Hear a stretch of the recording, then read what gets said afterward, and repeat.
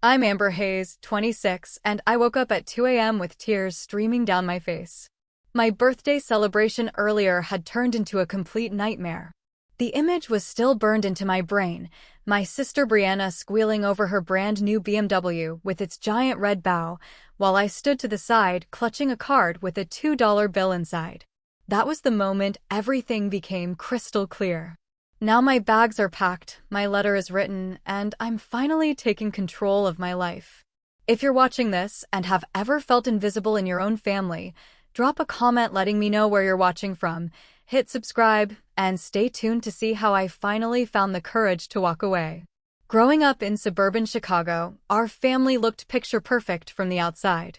We lived in a 4-bedroom colonial with perfectly manicured lawns in a neighborhood where everyone knew each other. My mom, Heather Hayes, 52, had been a local beauty queen in her youth and never let anyone forget it. She maintained her appearance meticulously and expected the same from her daughters. My dad, James Hayes, 54, built a successful insurance business from the ground up and provided well for us financially, though he was rarely home and even more rarely emotionally present. Then there was my sister Brianna, now 23, who emerged from the womb as if destined for the spotlight. With her naturally blonde hair, outgoing personality, and uncanny ability to wrap our parents around her finger, she quickly established herself as the golden child of the family. I, on the other hand, was the responsible older sister, the dependable one, the planner, the achiever, yet somehow none of that ever seemed to matter. "Amber, you've always been so self-sufficient," my mother would say whenever I accomplished something on my own. At first, it sounded like a compliment, but as years passed, I realized it was her way of justifying why they didn't need to support me the way they supported Brianna. The pattern started when we were young. When I was 9, I begged for art classes after my teacher told my parents I had natural talent. "Those are too expensive, sweetie. Maybe next semester," Mom said. 3 months later, Brianna mentioned wanting to try dance lessons, and by the following week, she was enrolled in the most prestigious dance academy in our area. "Your sister needs this for her confidence," Dad explained when I questioned the double standard. "You're already so sure of yourself." In middle school, I joined the debate team and made it to the state championships. My competition fell on the same weekend as Brianna's dance recital. Guess which event my parents attended? I still have the photo of me holding my second-place trophy, standing beside my debate coach while my teammates' parents congratulated us. My parents didn't even call to ask how it went until the next day. High school brought more of the same.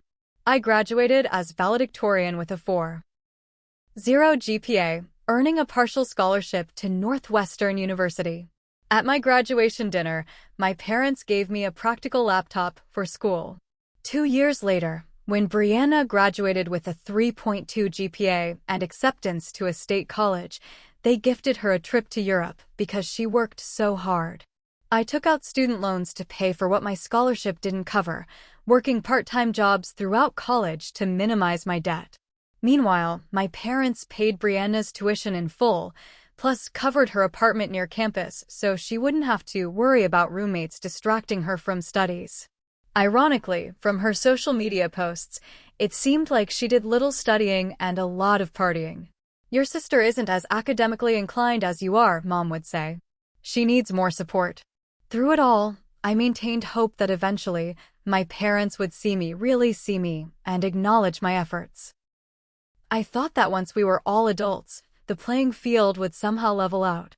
After all, I was doing everything right. I graduated with honors, secured a good job at a respected graphic design firm in Chicago, and was steadily climbing the corporate ladder. I lived within my means, was paying off my student loans ahead of schedule, and had even started a small retirement fund. Brianna, meanwhile, had changed her major 3 times before settling on communications, then after graduation decided she wanted to be a social media influencer. Surprisingly, she found moderate success, gaining about 50,000 followers by posting fashion and lifestyle content. My parents were thrilled, constantly showing her Instagram to their friends and acting as if she'd discovered the cure for cancer. Your sister is building her personal brand, my father would say proudly, while never once mentioning my promotion to senior designer to any of his golf buddies. For birthdays and holidays, the disparity continued. On my 21st birthday, I received a nice bottle of wine and a card. For Brianna's 21st, my parents threw a massive party at a downtown nightclub and gifted her a diamond tennis bracelet. Your sister needs these networking opportunities for her career, my mother explained when I commented on the extravagance. You've always been more introverted anyway.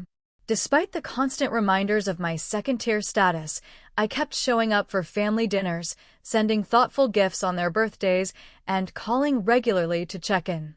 Part of me still craved their approval, still hoped that one day they would value me as much as they valued Brianna. Another part held on to the belief that family was family, and maintaining those bonds was important regardless of the inequities. My best friend Lauren Mason watched this pattern unfold year after year, growing increasingly outraged on my behalf. They don't deserve you, Amber, she would say after hearing about yet another instance of favoritism. I don't understand why you keep trying. I would always defend my parents, making excuses for their behavior. They just don't get me. Brianna is more like them, more social and outgoing. It's not their fault we're different. But deep down, a little voice whispered that it wasn't about personality differences at all. There was no justification for treating one child so differently from another. No explanation could make it fair. Still, I silenced that voice and continued seeking the approval I'd been chasing my entire life. The week leading up to my 26th birthday brought an unexpected surge of optimism. I had recently received a significant promotion at work, becoming the youngest associate creative director in my company's history.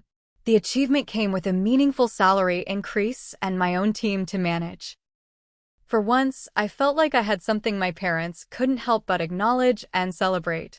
When my mother called to invite me to a birthday dinner at Montrose, one of the most upscale restaurants in Chicago, I allowed myself to believe that perhaps this year would be different. We want to make this birthday special, Amber, she said. Your father's made reservations for 7 o'clock on Saturday. We'll all be there, your father, me, and Brianna, of course. That sounds wonderful, Mom, I replied, already imagining a warm, celebratory evening where I might finally feel valued. I'm looking forward to it. The week flew by in a flurry of anticipation.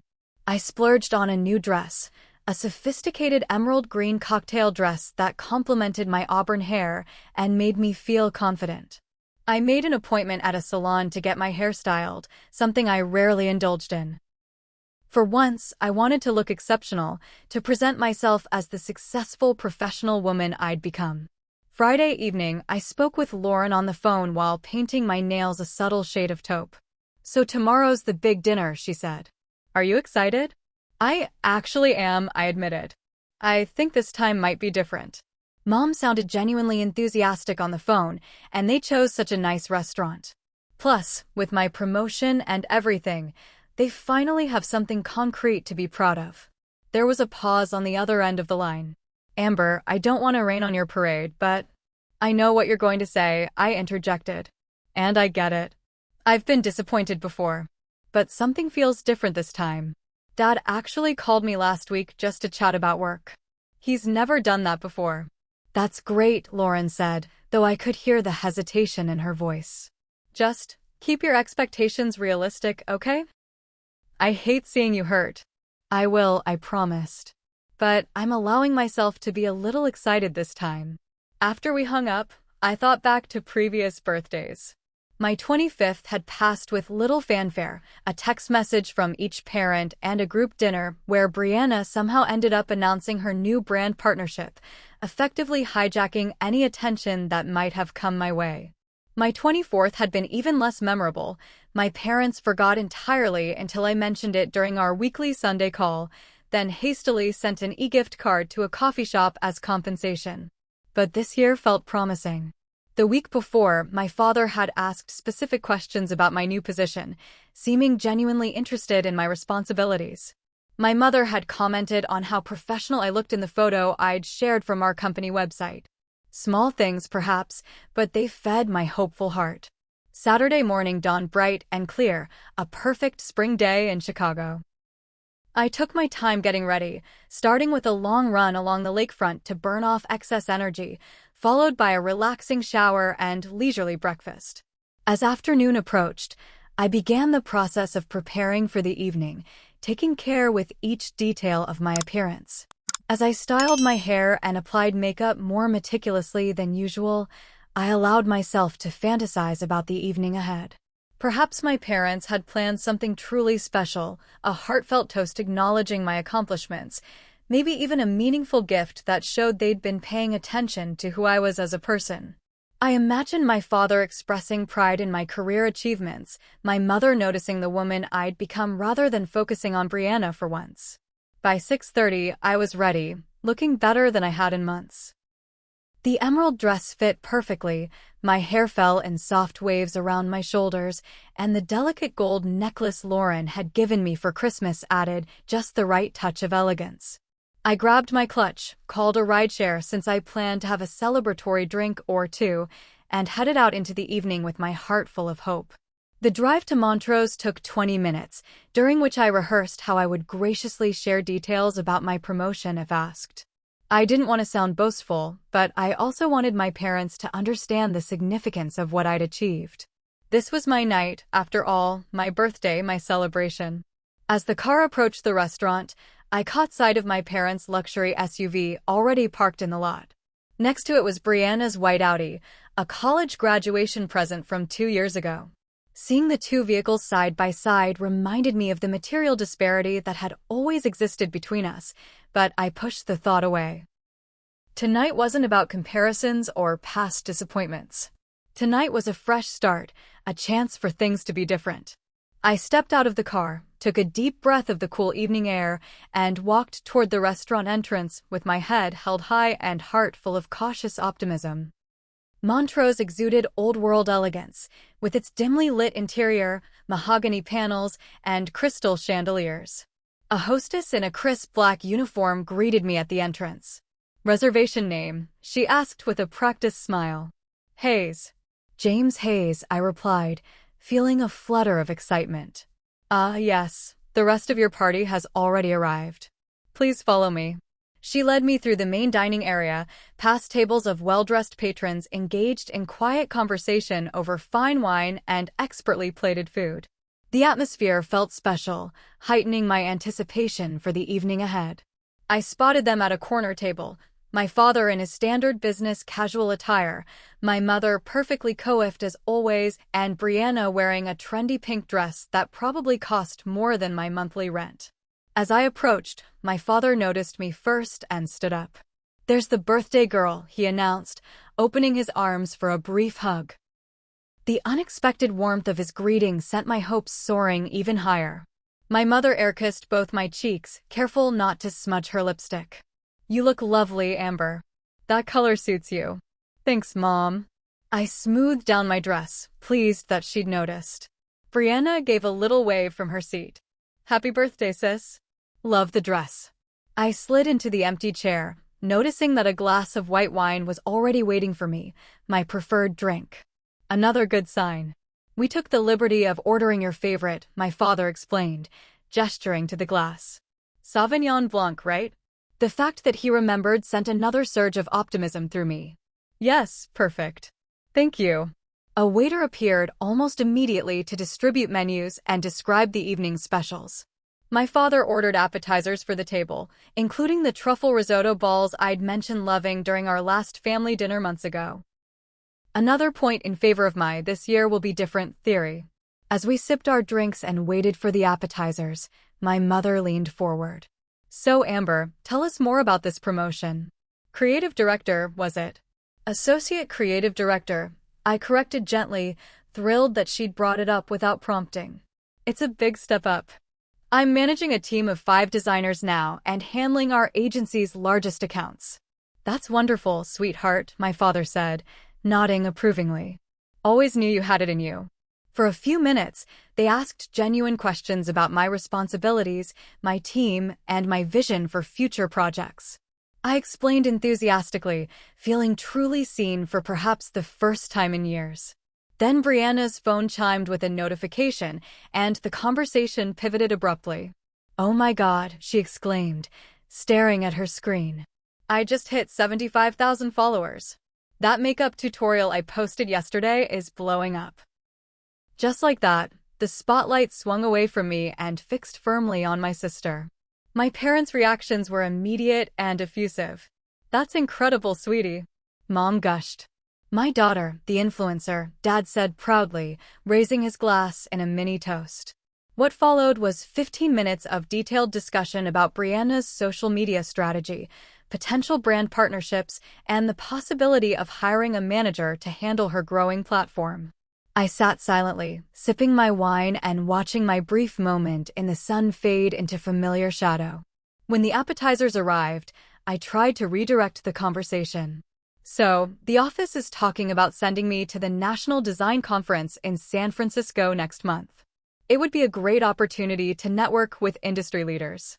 "That's nice," my mother said distractedly, then immediately turned back to Brianna. "Now, about that skincare brand that contacted you, what were the terms they mentioned?"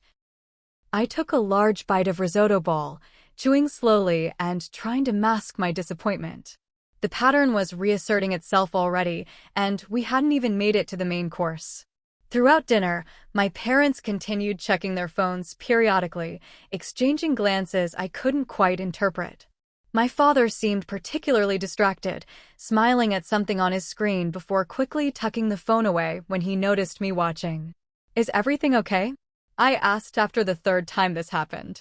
"Everything's perfect," he assured me with an unusual grin. "Just finalizing some details for later." The mysterious comment piqued my interest, rekindling the hope that perhaps they had planned something special after all. Maybe there would be a surprise dessert or gifts back at their house after dinner. Midway through our entrees, a perfectly seared salmon for me, steak for my father, and salads for both my mother and Brianna, my father cleared his throat dramatically. "Your mother, and I want to make a special announcement," he declared, reaching over to take my mother's hand. "We've been planning something for both our girls, and tonight seems like the perfect occasion to share the news." My heart leapt. Both girls. They had something planned for me too, not just Brianna. "We have special surprises for each of you," my mother continued, her eyes twinkling with excitement. "But you'll have to wait until after dinner." Brianna clapped her hands like a child. "I can't wait. Is it what we talked about, Daddy?" My father gave her an indulgent smile. "You'll see, Princess."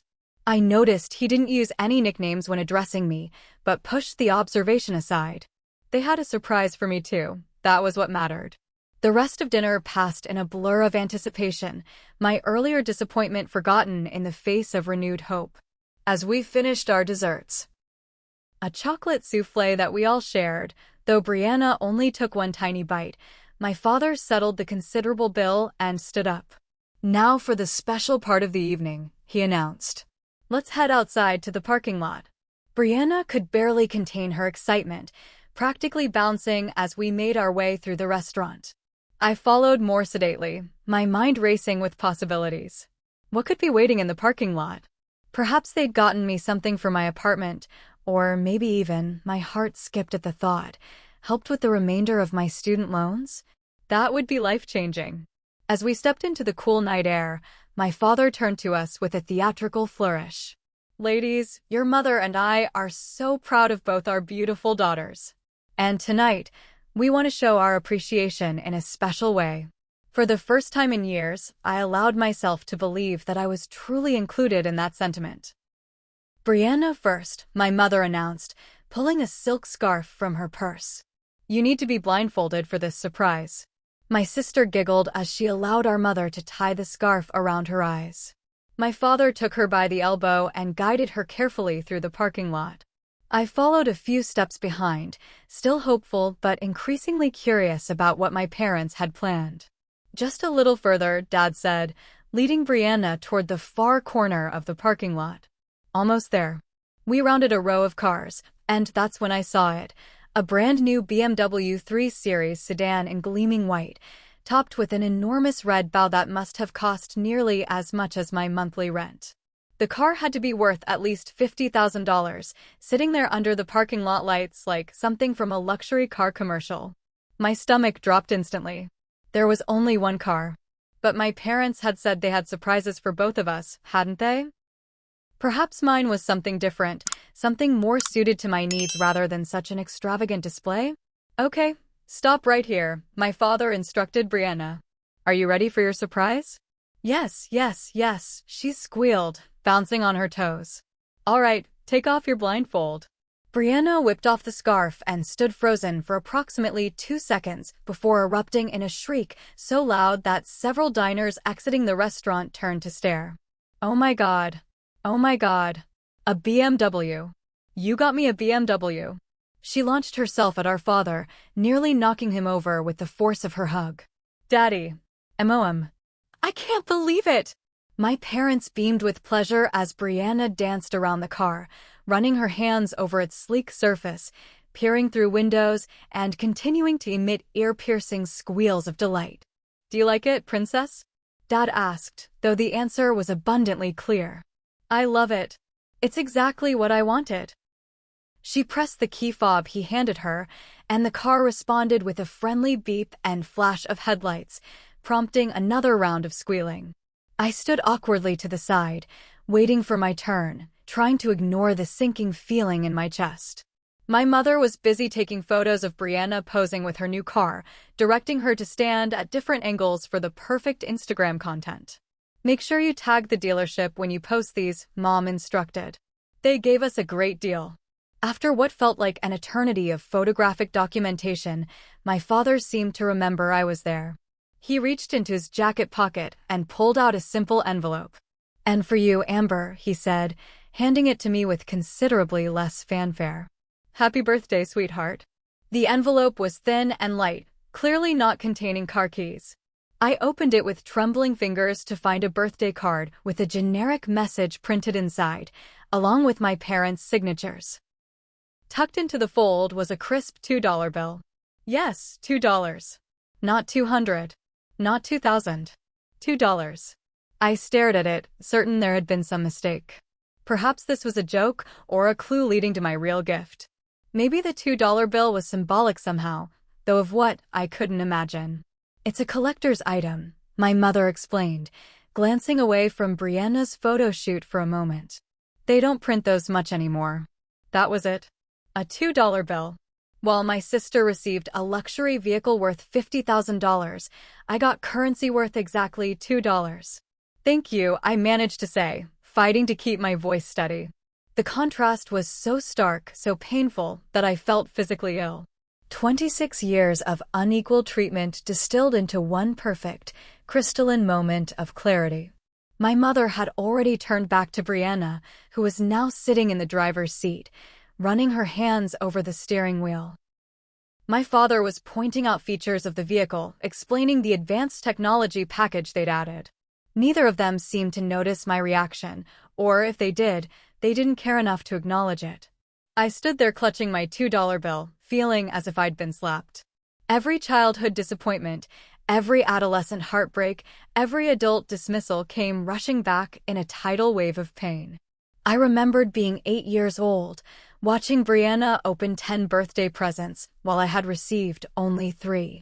I remembered being 16 and having to borrow money from a friend to attend a school trip because my parents had just spent thousands redecorating Brianna's bedroom. I remembered graduating college and receiving a quick hug while they threw Brianna an elaborate party for making the dean's list for the first time. Let's take it for a spin, my father suggested to Brianna, who clapped her hands in delight. Can we go down Lakeshore Drive? I want to see how fast it goes. Of course, princess. Amber, we're going to take Brianna's new car for a quick drive. Do you mind getting yourself home? My father didn't wait for an answer before climbing into the passenger seat beside my ecstatic sister. My mother hesitated for just a moment. Did you want to come along? The question felt like an afterthought, a hollow gesture without any real invitation behind it. No, I'm fine, I said quietly. I'll get a rideshare. Perfect. We'll call you tomorrow. Enjoy your birthday evening. She slipped into the back seat and moments later, the gleaming BMW pulled away, leaving me alone in the parking lot with my card and $2 bill. I stood there for several minutes, unable to move, trying to process the magnitude of what had just happened. The disparity wasn't even subtle anymore. It was a slap in the face, a clear message about where I stood in the family hierarchy. As I finally summoned the energy to call a rideshare, my phone buzzed with a notification. Brianna had already posted a photo of herself with her new car on Instagram, with the caption, "Best surprise ever from the best parents in the world. Hashtag blessed, hashtag new car, hashtag BMW, hashtag birthday girl." The birthday girl hashtag was the final straw. It was my birthday, not hers. Yet somehow, like always, Brianna had made it about herself, with our parents' full cooperation and encouragement. The ride home was a blur of tears and revelation. I kept staring at the $2 bill, this tangible symbol of my parents' disregard. What hurt most wasn't the monetary difference. I didn't need or want an expensive car. What cut deep was the thoughtlessness, the clear message that I wasn't worth the same effort, consideration, or love that my sister received automatically. By the time I arrived at my apartment, my devastation had crystallized into something sharper, clarity. For 26 years, I had been trying to earn love that should have been freely given. I had been making excuses for people who didn't deserve my loyalty or understanding. And in that moment, I knew something had to change. I barely made it through my apartment door before the tears came in earnest, deep, racking sobs that left me gasping for breath. I kicked off my heels and collapsed onto my couch, still clutching the birthday card with its insulting $2 bill. The emptiness of my apartment seemed to amplify my pain. There were no balloons, no gifts, no evidence that today was special in any way.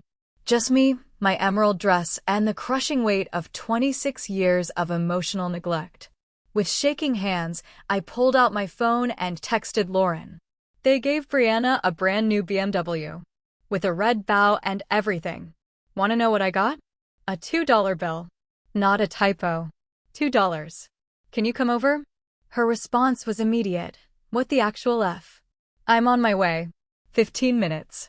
While waiting for Lauren, I changed out of my dress, scrubbed off my carefully applied makeup, and put on sweatpants and an old college t-shirt.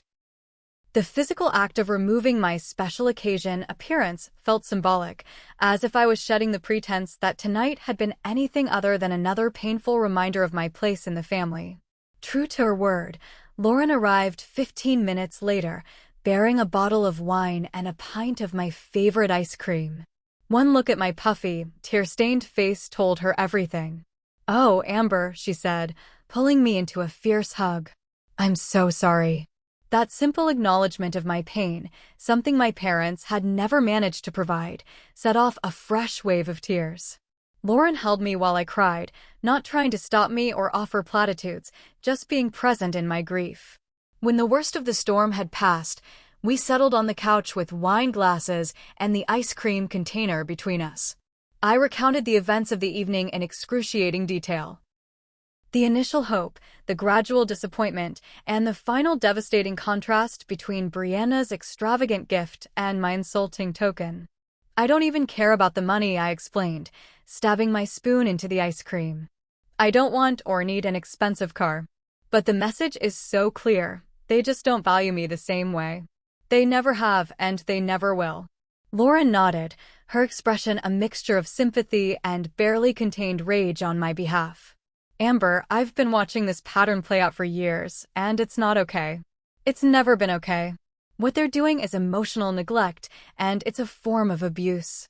"That seems extreme," I said automatically, the defensive response ingrained after years of making excuses for my parents' behavior. "Is it?" Lauren challenged gently.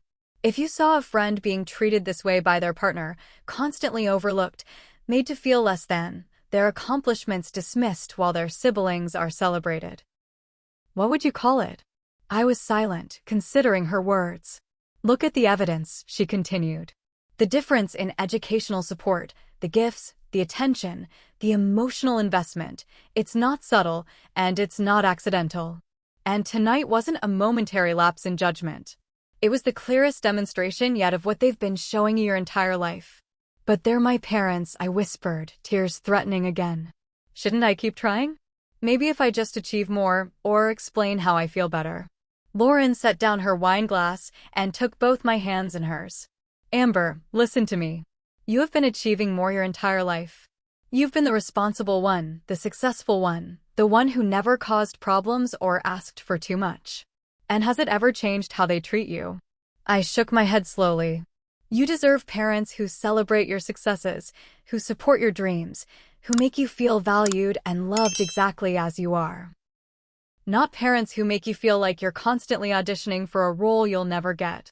As she spoke, memories flooded back, each one a small cut that had never fully healed. My 10th birthday, when I'd asked for art supplies and received socks, while Brianna got the art set I'd wanted because she showed an interest. My high school graduation, where my parents spent the ceremony on their phones, then rushed us through dinner because Brianna had a date. My college acceptance letter to Northwestern, which my father had glanced at before saying, "That'll be expensive. Are you sure you wouldn't prefer state?" My first apartment, which I'd furnished and decorated entirely on my own while my parents hired an interior designer for Brianna's first place. Every memory was a piece of a pattern I'd been too close to fully see, or too desperate for approval to acknowledge. "What would you do?" I asked Lauren, feeling suddenly lost. "If they were your parents?" "Honestly?" "I would set some serious boundaries," she replied without hesitation.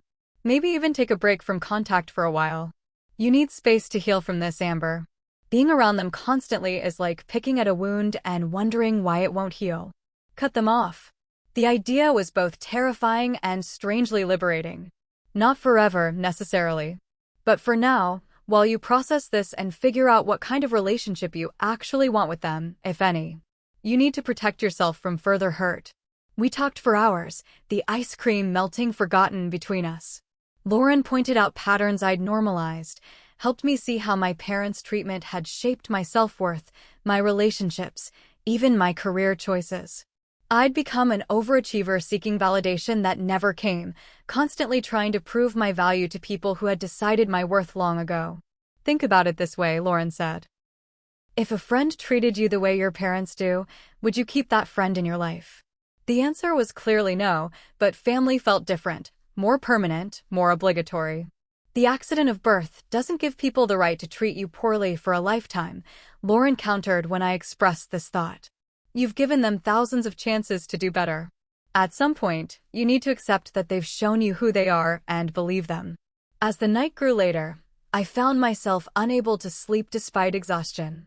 Lauren eventually dozed off on the couch, but I paced my apartment, mind racing with painful realizations and difficult questions. What would boundaries with my parents even look like? What did I actually want? Was I ready to potentially lose my family entirely? Around 2 a.m., as I stood staring out my apartment window at the Chicago skyline, something shifted inside me. The pain was still there, but alongside it grew a sense of clarity and resolve. For 26 years, I had been trying to earn love that should have been freely given. I had been making excuses for people who didn't deserve my loyalty or understanding. I deserved better. And if my biological family couldn't provide that, perhaps it was time to focus on the family I chose, friends like Lauren who valued me exactly as I was. With that thought, the path forward suddenly became clear. The decision crystallized in that quiet moment at 2 a.m., a clarity born from pain but untainted by anger. This wasn't about punishment or revenge. It was about self-preservation and long-overdue boundaries. I moved through my apartment with purpose, pulling my suitcases from the hall closet and beginning to pack methodically. I wasn't sure exactly how long I'd be gone, but I knew I needed physical distance to match the emotional space I was creating. My cousin Melissa had moved to Denver 2 years earlier and had repeatedly invited me to visit.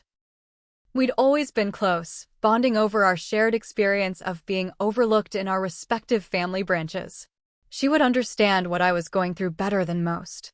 I pulled out my phone and texted her, despite the hour.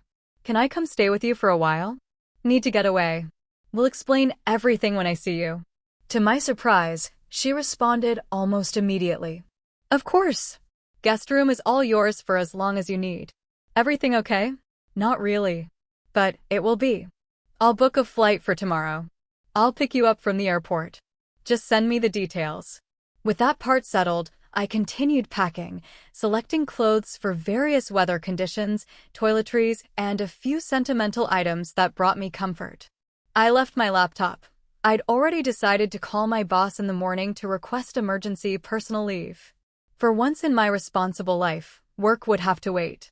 As I packed, I mentally composed the letter I would leave behind. Not a hasty note scribbled in anger, but a clear, honest explanation of why I needed this break. My parents deserve to understand the consequences of their actions, even if they chose not to acknowledge them. Around 4 a.m., with my suitcases packed and flight booked for noon, I sat at my small dining table and began to write. Mom and Dad, by the time you read this, I will be gone. I need space and time away from our family dynamic, which has become too painful for me to endure any longer. Last night made something crystal clear that I've been trying to deny for years. There is a fundamental imbalance in how you see and treat your daughters. A new BMW with a red bow for Brianna and a $2 bill for me. The monetary difference isn't what hurts. It's what that difference represents about my place in your hearts and lives. This isn't an isolated incident. It's the culmination of a lifetime pattern. My art classes were too expensive, but Brianna's dance lessons were essential. You attended her recitals, but missed my debate championships. You paid for her college in full while I worked and took out loans. You celebrate her social media following, but barely acknowledge my career achievements. I've spent my entire life trying to earn the love and recognition you give Brianna freely. I've made excuses for your behavior, blamed myself for not being good enough, and kept showing up hoping things would change. But they haven't, and I now understand they never will.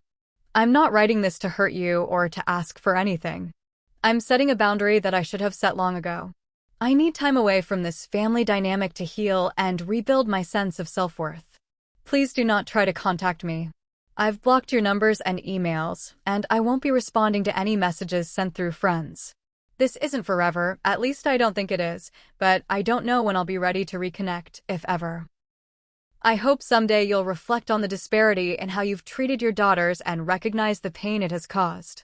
Not for my sake, but for yours. The relationship you've lost with me is as much a loss for you as it is for me. Amber. I read the letter over several times, making small adjustments, but keeping the core message intact. It wasn't angry or accusatory, just honest, perhaps for the first time in my relationship with my parents. Next, I began the process of digital disconnection. I blocked my parents' and Brianna's numbers on my phone, removed them from all social media, and adjusted my email settings to send their messages directly to a folder I wouldn't have to see. It felt strange but necessary, creating a technological barrier to enforce the emotional one. With those tasks complete, I called my boss's direct line, knowing she wouldn't answer at 5 a.m. but would receive the voicemail when she arrived at work. Susan, it's Amber Hayes. I'm so sorry for the short notice, but I'm experiencing a family emergency and need to take some personal leave effective immediately. I've completed all the pressing projects for the Fletcher account, and I've prepared notes for Tyler to handle the Jackson presentation in my absence. I'm requesting 2 weeks, but I'll check in after 1 week to reassess.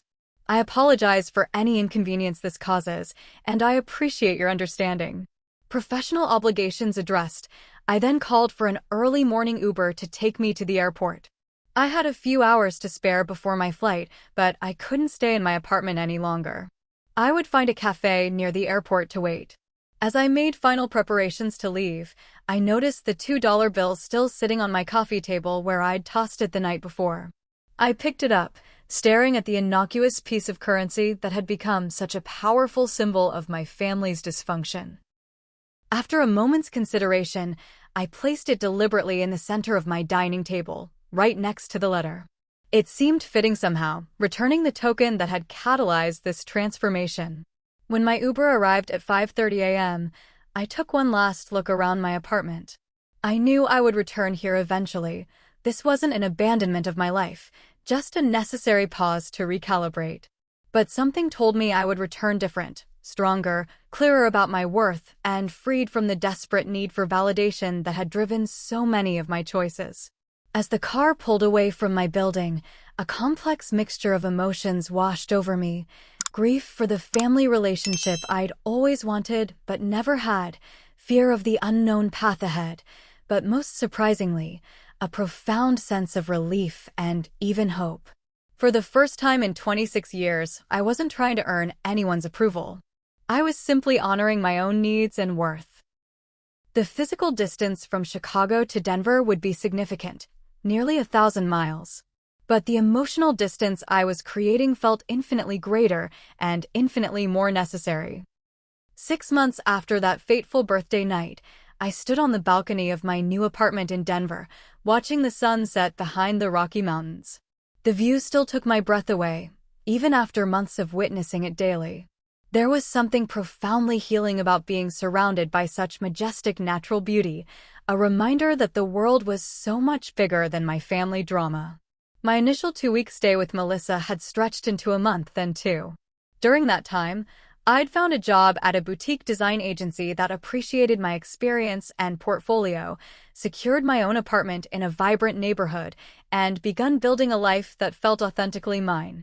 The first few weeks after leaving Chicago had been difficult. Despite my determination, decades of familial patterns don't dissolve overnight. I experienced waves of doubt, guilt, and grief that sometimes left me wondering if I'd made a terrible mistake. But Melissa had been my rock, providing both emotional support and the occasional reality check when I needed it. "Remember the $2 bill?" she would say whenever I started making excuses for my parents' behavior. Those 4 words became a shorthand between us, an immediate reminder of why I had needed to leave. 3 weeks after my departure, my phone had exploded with notifications. My parents, discovering I had blocked their numbers, had recruited extended family members, old high school friends, and even former coworkers to reach out on their behalf. The messages ranged from concern to accusatory. "Your parents are worried sick. What's going on? How could you just disappear like this? Do you know what you're putting your family through? Whatever issues you have, this isn't the way to handle them. You need to go home and work this out like an adult." I deleted most without responding, only replying to a few people I truly cared about with a simple message. "I'm safe and well." This was a necessary decision for my mental health. I hope you can respect that. Meanwhile, Brianna had taken to social media with dramatic posts about being abandoned by my sister and trying to hold our broken family together. Each post garnered hundreds of sympathetic comments and reactions, casting her as the victim of my inexplicable cruelty. In the past, this would have devastated me. The public shaming, the twisted narrative, the way even my absence was somehow made to center Brianna. But from my new vantage point in Denver, I could see it for what it was, the same family dynamic playing out in a new arena. My sister had always been rewarded for displays of emotion, while I had been expected to be the rational, dependable one. Even now, she was receiving attention and sympathy, while I was working silently on my healing. And I was healing. 2 months after arriving in Denver, I started therapy with Dr. Natalie Warner, a specialist in family trauma. Our weekly sessions became a cornerstone of my new life, providing both validation and challenge as I worked through decades of patterned behavior and thought. "What you experienced is called differential treatment," Dr. Warner explained during an early session. "And when it's severe and consistent, as in your case, it can be profoundly damaging to a child's sense of self-worth and identity." She helped me understand that my parents' behavior wasn't my fault, that I couldn't have earned equal treatment no matter how perfect I tried to be. We worked on dismantling the belief that love had to be earned through achievement, and on recognizing my inherent worthiness separate from any external validation. Perhaps most importantly, Dr. Warner helped me set and maintain boundaries in all my relationships, not just with my family. I learned to identify when I was falling into people-pleasing patterns, sacrificing my needs for approval, or attaching my self-worth to others' perceptions. "You didn't just leave your parents' house that night," she said during a breakthrough session 4 months in. "You left behind a version of yourself that had been carefully constructed to try to win unwinnable love. That's why this process feels like grief, because you are mourning that self, even while building a healthier one." 3 months after my departure, I received a letter from my father. It had been forwarded by my previous employer in Chicago, one of the few connections I hadn't severed. The envelope sat on my kitchen counter for 2 days before I found the courage to open it. Inside was a 3-page handwritten letter, something unprecedented from my typically brief, businesslike father. Dear Amber, I hope this letter finds you well and safe, wherever you are. Your mother and I received your letter, and while our initial reaction was hurt and confusion, I've had time to reflect on your words. I won't pretend to understand or agree with everything you wrote, but your absence has forced me to consider our family dynamic in ways I never had before. I've always believed I was being a good father by providing materially for my daughters, but I'm beginning to see that there may have been disparities in how your mother and I distributed not just gifts, but attention and support. This is difficult for me to admit, and even more difficult to write. I was raised in a family where love wasn't discussed or demonstrated openly. Providing financially was how my father showed care, and I followed that example. But that doesn't excuse the pain you clearly feel. I'm not asking you to come home or to forgive us immediately. I'm simply letting you know that your letter was read and heard. Your mother is having a harder time processing this situation, but she misses you tremendously, even if she struggles to express it appropriately. If and when you're ready, I would welcome the opportunity to talk, not to defend or explain away our actions, but to listen more carefully to your experience. Whatever you decide, please know that you are loved, and your absence is felt deeply in this family. Dad. The letter left me with complicated emotions. On one hand, it represented the first real acknowledgement from either parent that their behavior had been hurtful. On the other, it contained subtle minimizations, disparities, not favoritism, and shifting of responsibility. Your mother is having a harder time. It wasn't a full reckoning, but it was more than I had ever expected. After discussing it with Dr. Warner, I decided to respond, not immediately, but when I felt ready. A month later, I sent a brief email to my father's work address. Dad, thank you for your letter. It meant a lot to receive it, and I appreciate your willingness to reflect on our family dynamic. I'm not ready for direct contact yet, but I want you to know that I'm safe and doing well. I've settled in a new city, found a good job, and am taking time to focus on my own healing. This separation isn't about punishment, but about creating space to develop a healthier sense of self outside our family patterns. I hope that in time, we might build a new relationship based on mutual respect and understanding. Please give my regards to Mom. Despite everything, I do miss you both. Amber. It was a small step, but an important one, responding from a place of strength and clarity rather than need or desperation. I didn't provide my new contact information or invite immediate communication, maintaining the boundary I had established while leaving the door slightly ajar for the future. As for Brianna, my feelings were more complicated. While my parents had been the primary architects of the family's differential treatment, my sister had been both beneficiary and, as we grew older, active participant. Her social media campaign portraying herself as the wounded party after my departure had reinforced my decision to keep my distance. Yet Dr. Warner encouraged me to consider that Brianna, too, had been shaped by our parents' dysfunctional system. The golden child role comes with its own damages, she explained. Your sister learned that her value was tied to being favored, to performing in ways that pleased your parents. That creates its own kind of insecurity. I wasn't ready to extend an olive branch to Brianna, but I began to view her with more compassion and less resentment, another step in my healing journey. By the 6-month mark, my new life in Denver had taken on a fullness I hadn't anticipated when I fled Chicago. I had made friends through work, a local hiking group, and Melissa's social circle. I had established routines that nurtured rather than depleted me. Most importantly, I had begun to recognize and appreciate my own worth independent of achievement or external validation. The $2 bill that had catalyzed my departure turned out to be the most valuable gift my parents had ever given me, not for its monetary worth, but for the clarity it provided. In that moment of stark contrast between Brianna's BMW and my insulting token, 26 years of fog had lifted, allowing me to finally see the truth of my family dynamic and make the choice to value myself when others wouldn't. I don't know what the future holds for my relationship with my parents or sister. Perhaps, with time and work on all sides, we might build something new from the ashes of what was lost. Or perhaps the healthiest outcome will be a continued separation, with only minimal contact maintained. What I do know is that walking away from my family at 2 a.m. that night wasn't an ending, but a beginning. It was the first step on a journey towards self-worth, healthy boundaries, and genuine relationships based on mutual respect rather than obligation or performance. If you're watching this and recognizing similar patterns in your own family, please know you're not alone.